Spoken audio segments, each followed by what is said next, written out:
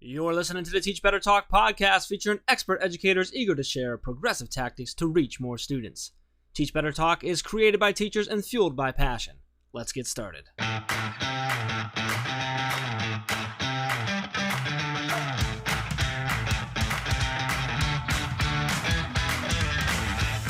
Hey everyone, welcome to episode 87 of Teach Better Talk. I'm Ray Hewart, and as always, I'm with my skateboard lovin' Jeff Gargis. Skateboard lovin'?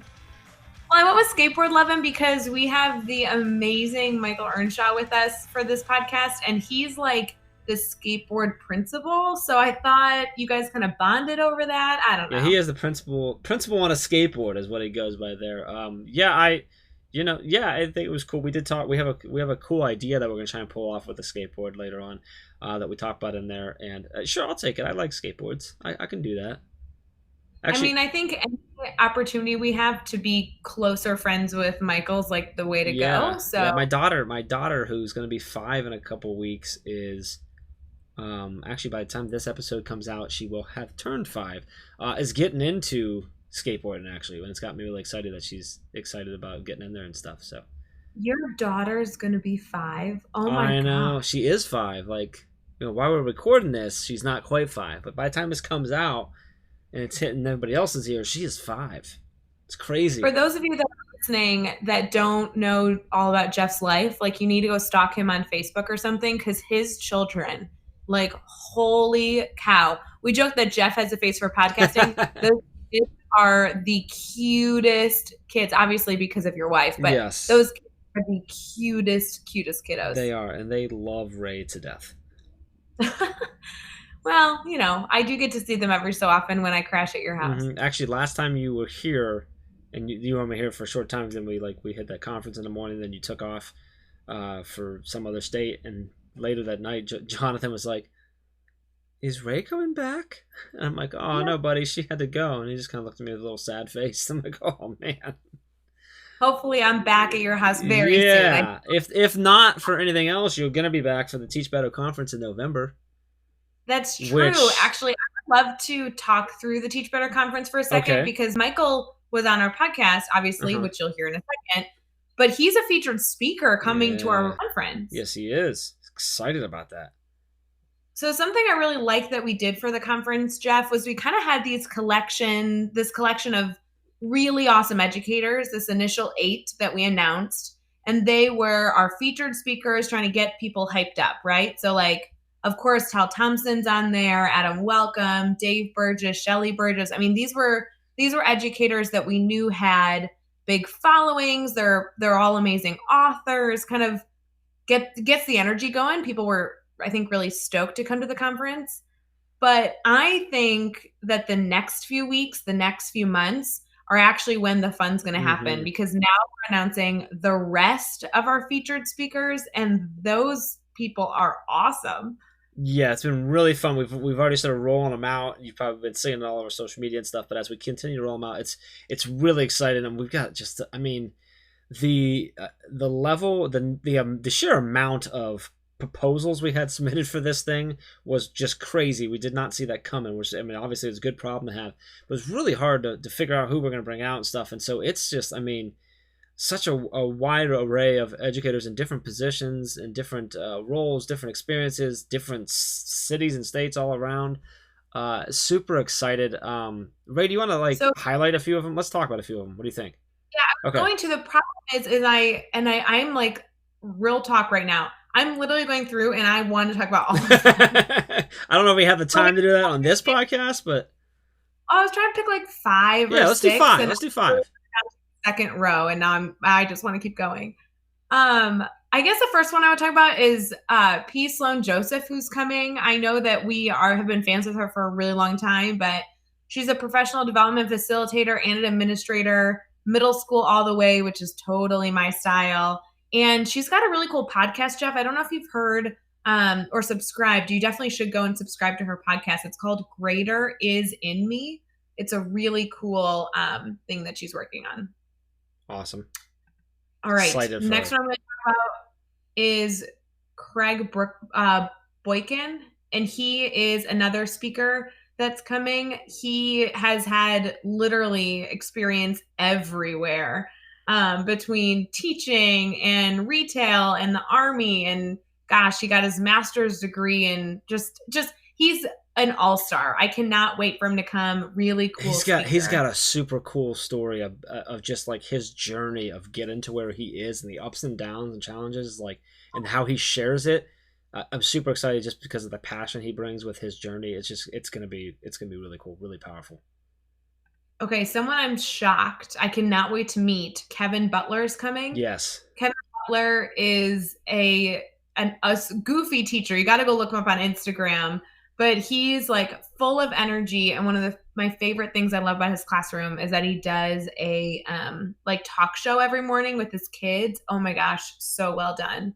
And he's both a fifth grade teacher and a director of curriculum instruction. Can I give a shout out Of to my course. boy Jake Miller is coming out?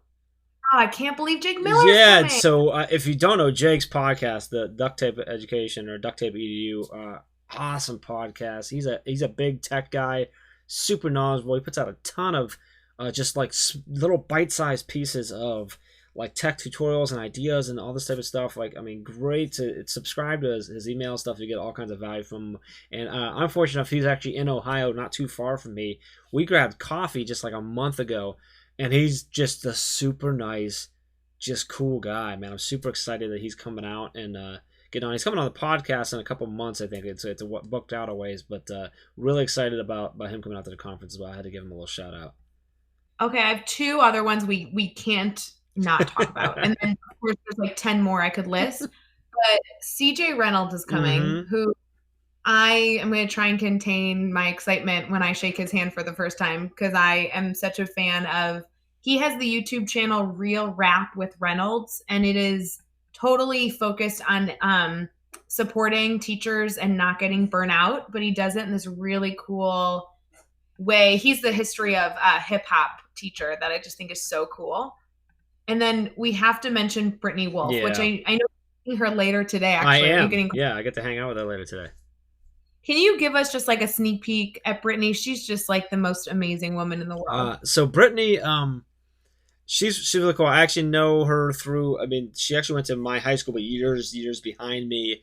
Her husband Scott, I know his older brother. He used to kind of like hang out with the band that I was in, and so then through that I knew Scott, and I got to meet Brittany, and Brittany has been doing something for the last couple of years that I just think is super powerful, super important, and really cool. And that's been sharing her journey and just her life with Tourette's syndrome. She was diagnosed at just 7 years old. She's now, I think, 29. And just sort of sharing her journey, putting out, and the inspiration that she's been able to give to others who have Tourette's and maybe feel that they're not understood. There's a lot of misunderstandings, misconceptions about Tourette's and what it is and how it affects people and the different ways that it affects them. And she's been just sharing her journey on YouTube. And I love she picked YouTube for a reason, and that was so that you could see her ticking when she was speaking, because she wants to show it. And it's called, so if you have a chance, follow her. She's the channel is called One Tech at a Time, and it's phenomenal. So she's going to be sharing some stories there about, and her session is all about just sort of how she had to deal with this through school and stuff. And I think what's really cool, Ray, is it's not just about Tourette's. It's going to help us just see how to deal with students that are coming from different backgrounds and different situations and things that to deal with. But Brittany's like the sweetest person you'll ever meet, and you're just super excited. So I'm really excited to put her in front of people so people can just get to know her and spend some time with her and hear her stories, man. It's going to be really exciting. Super excited for that one. Well, outside of the teachers we mentioned, we have amazing, amazing educators that we'll continue to give a shout out to and promote on all of our social media accounts for our featured speakers that are coming next. We cannot wait for you to see them. These are amazing, amazing people, and I cannot wait to celebrate them, meet them in person, and then obviously sit in their sessions in November. But I guess the one other featured speaker we haven't yet talked about is Mr. Earnshaw, who is actually on our podcast today. Yeah, so this was really cool to have him on. I love doing this. So Mike Earnshaw, he's actually the principal of Oak Glen Elementary School. Been there for 5 years, was assistant principal prior to that, so 7 years in the administration area, was a teacher, Before that, and ELA teacher. He was in 6 through 8, so middle school.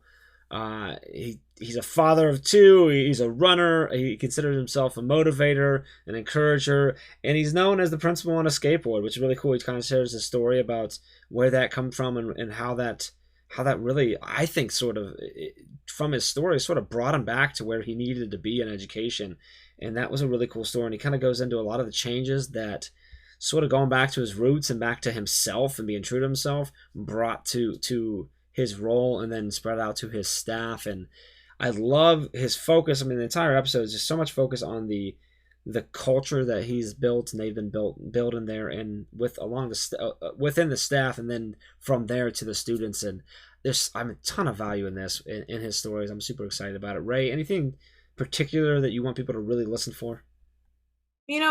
Michael's the kind of principal that I just love working around. Somebody who's challenging teacher, someone who's wanting you to take risks, and it's not about the evaluation. And I just hope you soak up all of his energy.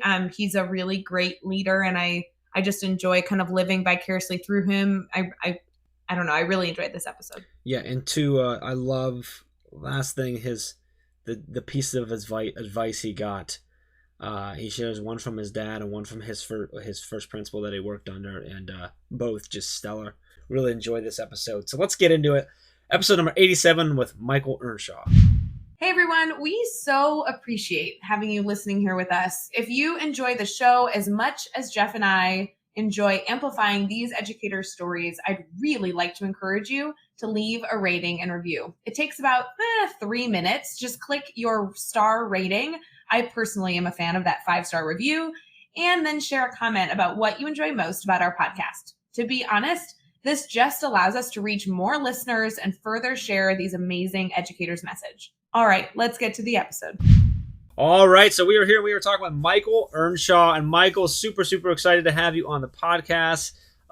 We were just talking about how you are coming out to the Teach Better Conference, the first ever Teach Better Conference in November. You're going to help us take this thing and hopefully lay a foundation for years to come. So we're super pumped to have you coming out to that and having you on now to kind of talk about your story and share some stuff. So really appreciate that. And before we get going anything, I just want to ask you, how you doing tonight? Today. I'm awesome. It's not nighttime. Right now I usually do nighttime, so I'm like used to that, but it's actually morning right now. So how you doing this morning? How about that? I'm awesome, man. I just got back from 2 days. My daughter's birthday was Monday. She turned 8, so we did an impromptu kind of trip to Indianapolis. So with the family, got to hang out with them for a couple of days, and awesome. Now I'm here with you guys. So yeah, I'm doing great. Very cool. Yeah, I'm so glad we tricked you into being on Teach Better Talk. This is going to be awesome. Yeah. I do want to start with having our listeners learn about you. Obviously, we've been friends for a while, but would you mind sharing kind of your background and how you answer the typical question of what you do? Yeah, definitely. I mean, first and foremost, I consider myself a father and a husband. Family always comes first. Anyone who knows me knows that that's kind of like my view. So when staff comes up to me, if something comes up, I tell them like, no, go, you need to take care of that. So first and foremost, I'm a father and a husband, teacher at heart. I've been a principal the past 5 years. I was an AP for 2 before that, so 7 years in administration. But I still consider myself a teacher. I'm a lead learner, trying to just kind of guide, the staff and students here through the educational process. I like to think of myself as a motivator. So more than just kind of like your typical principal where you're sitting there feeding data, that's not me. And maybe we'll talk a little bit about that later about how I kind of run the building, our staff meetings. But 39 years old, and I still think of myself as that punk rock skater kid. I still want to challenge the status quo and kind of make a difference in the world. And I think I've kind of found my way now. That's awesome. You sort of touched on it, but I think a lot of people might know you as the principal on a skateboard. So I think that obviously comes from that, but where did that actually come from? I mean, I'm looking at your picture right now, and it's you holding a skateboard. Are you riding a skateboard like down the halls and stuff, or just they just know that you skateboard, or like where does that come from? So, I mean, ever since I was a kid, I rode a skateboard. I mean, 5 years old, I got into it. So all through high school, college, I skated, and then, you kind of got older. Even when I was teaching, I still did. But once I got into administration, I kind of, I had kids, so that going out with the friends of the skate parks kind of took a back seat. So then over the summer, I was fortunate. The NAESP conference was here in Chicago, so I was able to go, and I kind of met some new educators, and Hamish Brewer was one of them. And I kind of saw his session, the tattooed skateboarding principle. I'm like, well, what is this? I'm like, that sounds like something totally up my alley. So went and watched him speak. Kind of, I got to meet him there. I ran into him in the hall, and we talked. And I credited him on Twitter. I mean, he kind of brought it back for me, my love of skateboarding. So yeah, I brought the skateboard to school. If my superintendent or district office is listening, no, I don't skateboard in the hallways when the kids are here. But yeah, it's just fun. I mean, I've taken it when I've got certain kids who they've kind of bought into it, and they think it's pretty cool. They see their principal on a skateboard, and I've got kids. One of the things we'll do is they have to earn, throughout the week, if they can, meet whatever requirements we set for them, whether it's behavior or academics. On Fridays, I'll kind of take them out on the blacktop, just me and that kid, and we'll go out there and I'll teach them some skateboard tricks and whatnot. And it's kind of cool because other teachers will get out there at recess and their kids will be watching. And yeah, it's just something, it's kind of turned my whole world around, getting it back into my life this year. So that's really cool, and a cool connection to the kids. And Ray, I don't know if you heard him, but when he said at this district office is listening, he said, I don't ride the skateboard through the hallways when the kids are here. So something tells me when the kids go home, the board comes out again. Just saying, I heard that, Mike. I heard what you were saying there. Right. So Mike, I'm not sure if you listen to the podcast regularly or not, but we talk a lot about failure. No, I do. Podcast. Good. So you know what I'm going to talk about here. You know that I always talk about failure and how, while I didn't enjoy the failures in my life, I love that I've had them because they've led me to where I am. They've taught me what I have. I've been very fortunate to fail a lot. So can you share a story with us about a time that you've had a failure and sort of what happened? How did you overcome it? And then what did you take away from that experience? Yeah, definitely. One thing before I get into my story, funny thing about the skateboard, the kids will ask me, if I fall a lot when I'm doing tricks. And I've kind of used that as a key to tell them, I'm like, I fall all the time. Like that's part of the process, but it's getting back up and trying again and again and again until you get it. So I kind of use that as a way to explain failure to them. You can't give up. But my story really kind of encompassed not this past school year we finished, the last 2 years before that. Like I said, I just finished my 5th year as principal here at Oak Glen. And the first 2 years I was on fire. I came in, I was in the hallways, I was building relationships, connections with my staff. And you kind of saw a big change in the culture. And then the last 2 years I had, I kind of got away from that. I had an assistant principal who was very good. She's a great assistant principal. So, being with her for a few years, she kind of started to take the lead on more things. And I kind of looked at the other administrators in my district and I saw them analyzing data a lot. They were in their offices working on initiatives and things like that. So I thought that that's what I needed to be. So I kind of, went that route where I would be in my office and, I kind of set the timer like, okay, it's 10:30. Let's go do a lap around the building, show your face. Then I would show back up in my office. I wasn't happy. I kind of became that stereotypical boring principal that I never wanted to be. And I started to question, if I should even be in education. Was this the right route that I took? Being so young, I got so many more years before retirement. I'm not in a countdown, so don't even ask me how many years I got left. But, I saw kind of the first 2 years, the kind of culture and the positivity we built started to kind of crumble, and I felt like I had let my staff down. I had let, most importantly, the students down, because when the staff morale kind of lowered, obviously had an effect on the kids, on the families. And, even my superintendent pulled me in at one time and she asked me, you kind of seem like you're not the face of that school anymore. Your assistant principal is the one who's getting out there, and they're the ones that they know. And I kind of finished off the year. I tried to turn some things around, but I was really thinking like, man, maybe I need to either move to a new district or find a new career, because everything I had worked for, it seemed like it just kind of evaporated from my hands. So that's kind of like the failure, if that makes sense. And what I was lucky enough was when I had gone to that NAESP conference last July, and I kind of started to meet all these other educators, and the ones who were doing things that I had always done my whole career, building connections with the kids, having fun, doing things outside of the norm. And I kind of realized, what am I doing? Why am I trying to be somebody I'm not? I'm not going to sit here with a shirt and tie on 180 days out of the school year. I mean, that's not me. So like I said, I kind of got real active on Twitter. I started reading a lot more books, just kind of connecting with people, and kind of told myself, my AP had she had just left. She had taken a principalship position, which she well deserved.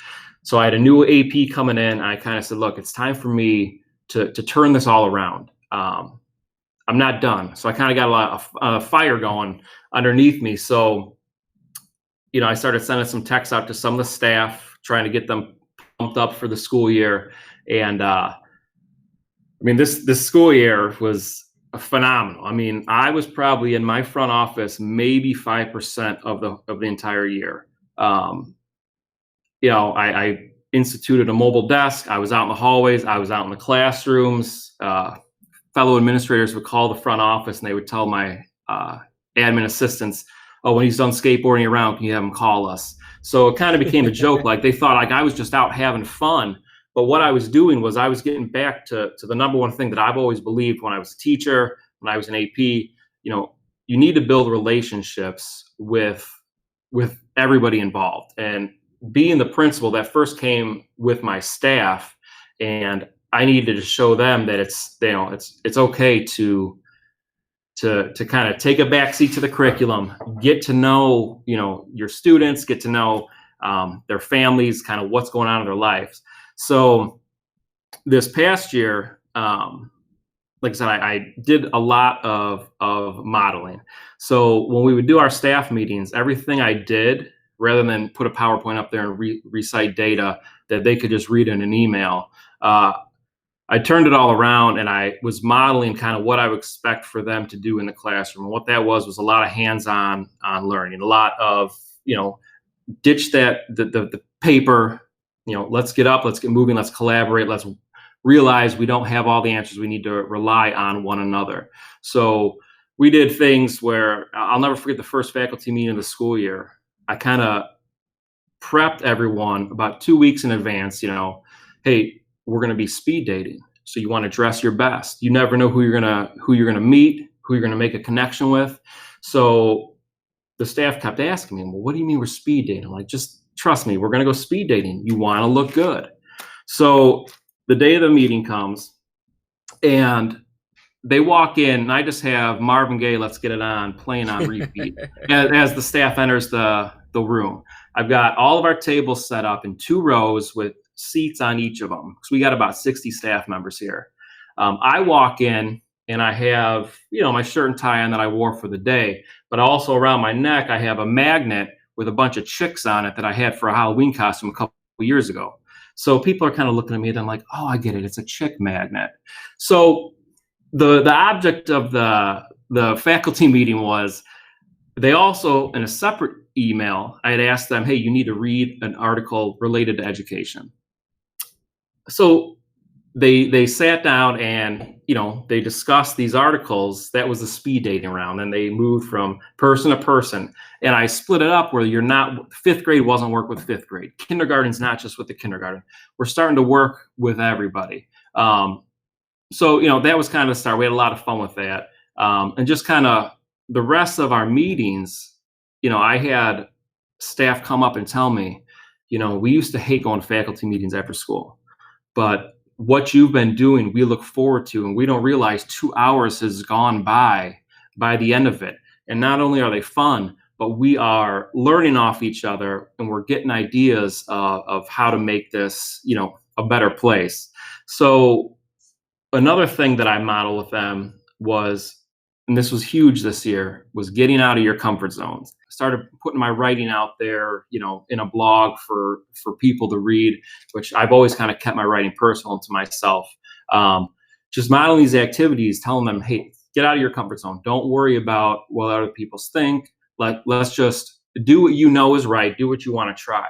So about halfway through the school year, my new assistant principal and myself kind of told them, hey, we're going to do an activity where everybody has to do one out of your comfort zone lesson this quarter. And, you can team up with your team, you can do it individually, but you need to let us know kind of when you're going to do it. And it's not an evaluation. We're not coming in to do even an informal walkthrough. Like, we just want to be there to support you and, see what happens with it if we're available. So I can't stress enough how impressed we were with what our staff brought to us this year. And it all goes back to us modeling, myself and my assistant principal, getting out of our comfort zones from the beginning of the year. We had teachers who they brought in, escape rooms to their classroom.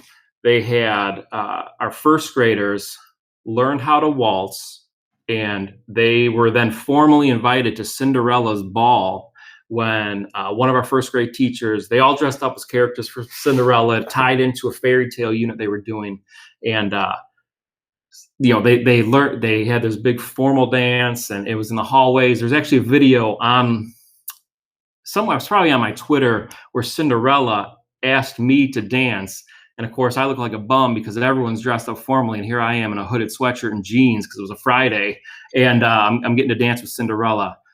We had our fourth grade and third grade teachers do a whole surgery unit related to math, where they brought in these Jell-O mold hearts, and the kids worked in surgical teams. They were dressed up in masks and gowns, where they had to kind of operate and take out of the heart without destroying it, these heartbeats, and do measurements of the heartbeats, and they had to calculate their own heartbeats and do exercises with it. And what almost all of these teachers did is they scheduled these comfort zone lessons, which could go south because they've never done them before, as their formal evaluations. They were that confident and that kind of proud of what they were doing. So we saw more rigor, more engagement, and more happiness and smiles from the teachers and the students themselves, just kind of enjoying learning and just working with each other again.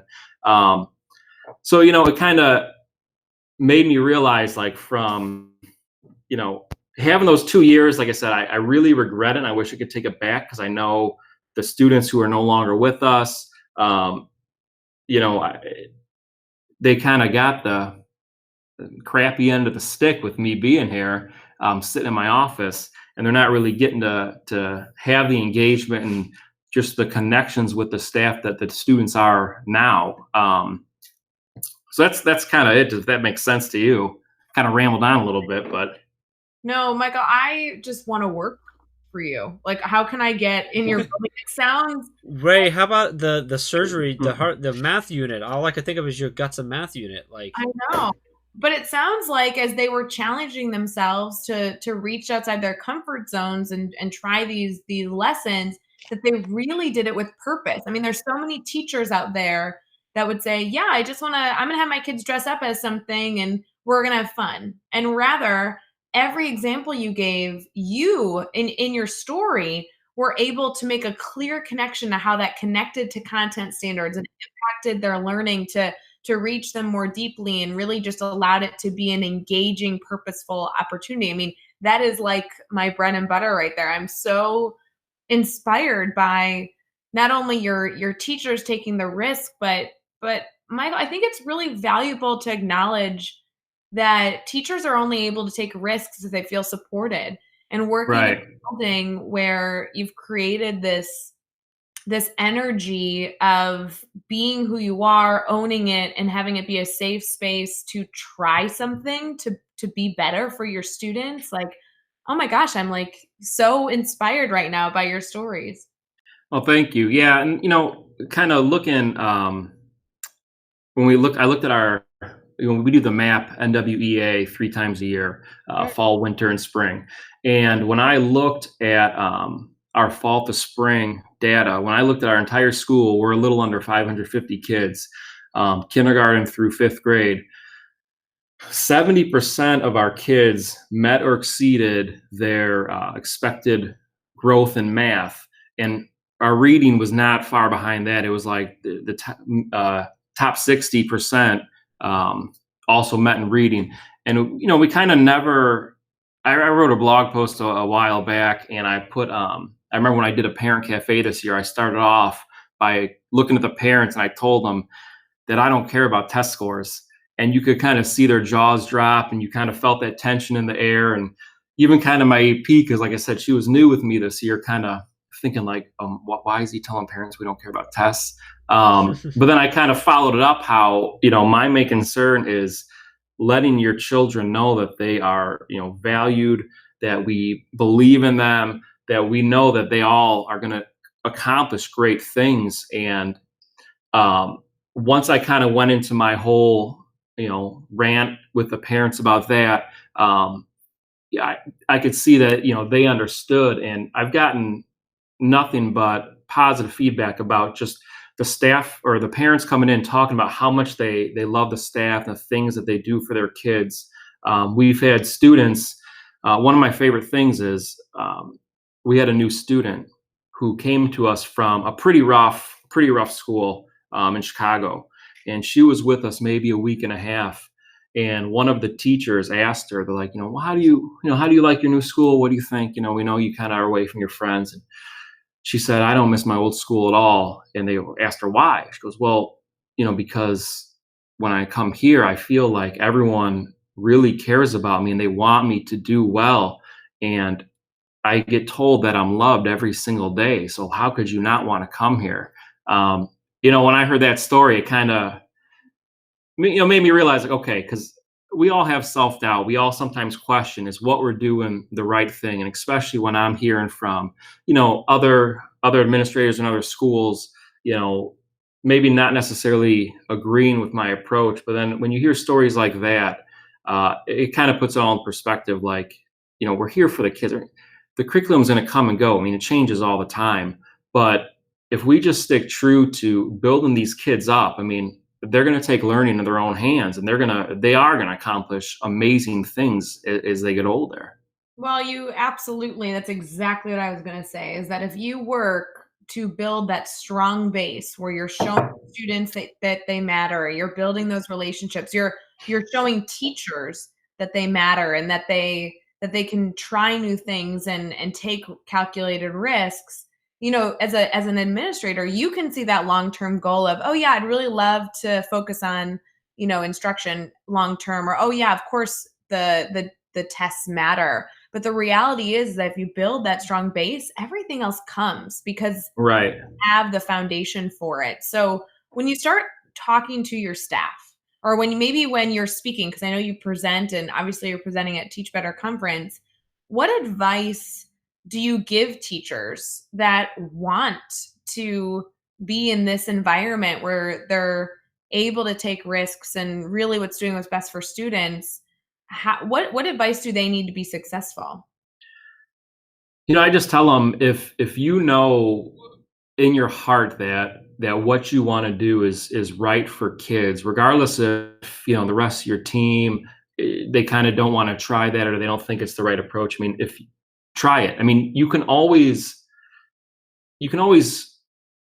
reevaluate and assess and kind of look back and say, okay, maybe I should have done it this way. But, like my wife always tells me, and then nothing changes if nothing changes. So if you keep doing the same thing, you're going to keep getting the same results. So just get out there and try something new. Don't be afraid. And, I started back to the first faculty meeting of the school year. So I actually went to high school here in the same town that I teach. I didn't go to this elementary district, but I went to the same high school. So one of the teachers somehow had gotten a hold of all my high school yearbook pictures. So I wanted to beat them to the punch because who knew what they were going to do with it. But, it's kind of funny because you can see my different hairstyles as we go through. My freshman year, I had hair covering half my face, coming down to my shoulder. The one I've got, mohawk going down the middle of my head. So I brought up the mohawk picture at the first faculty meeting. I said, this guy, they all kind of laughed, and I told them how attractive I was and stuff like that. And so when I showed him that picture, I said, this guy, I'm like, this who's coming back this year. I'm like, don't be afraid of what other people think. You need to just go out there and do what you want to do. I said, I'm going to support you. Unless you tell me, and I know it's not good for the kids. Other than that, like, no, let's do it. Let's try it. So, I guess I just tell people that just do what you know is right. Don't worry about what others think. Get out of your comfort zone. The only way to grow is getting out of your comfort zone. Don't be afraid to ask for help. None of us know all the answers. I guarantee what you need help in, somebody down the hall is going to have that strength. So rely on them. And just number one, build relationships. Because when you build those relationships with everyone that you're coming in contact with, you're going to be unstoppable. Loving it. I love your focus, always coming back to building those relationships and building that culture around you. Starting with your staff, I think, is so crucial, and building that culture amongst your staff, so then it can trickle down into everything else you do. So that's super awesome, man. I'm loving this. Thank you. It's time to put you to the test now, Mike. What we're gonna do the next 6 questions. Your goal is to answer each one in 15 seconds or less. You ready to go? Yeah, I'm just gonna warn you. As you could tell, I like to rant sometimes, so I'm gonna do my best. I'm gonna do my best for 15 seconds. This is where we challenge. This is the challenge. So we're ready to rock here. So, all right, what is one ed tech tool you cannot live without? I know it's cliche, but Twitter, it's changed my life. So I think that everyone needs to get on there and at least spend 15, 20 minutes a day. Give us a book that you're reading right now. I'm always reading more than one. I just finished Relentless by Hamish Brewer. I'm doing a book study on Voxer, Dare to Lead by Brene Brown. And I'm also reading Can I Say by Travis Barker, who is the drummer of Blink-182 and Transplants. Awesome. Who do we need to follow on Twitter today? 3 people who totally inspire me no matter what kind of day I'm having. I can go to their feed. It's Greg Bruno, and that's at Mr. Bruno, Santiago Meza, and Jonathan Alsheimer.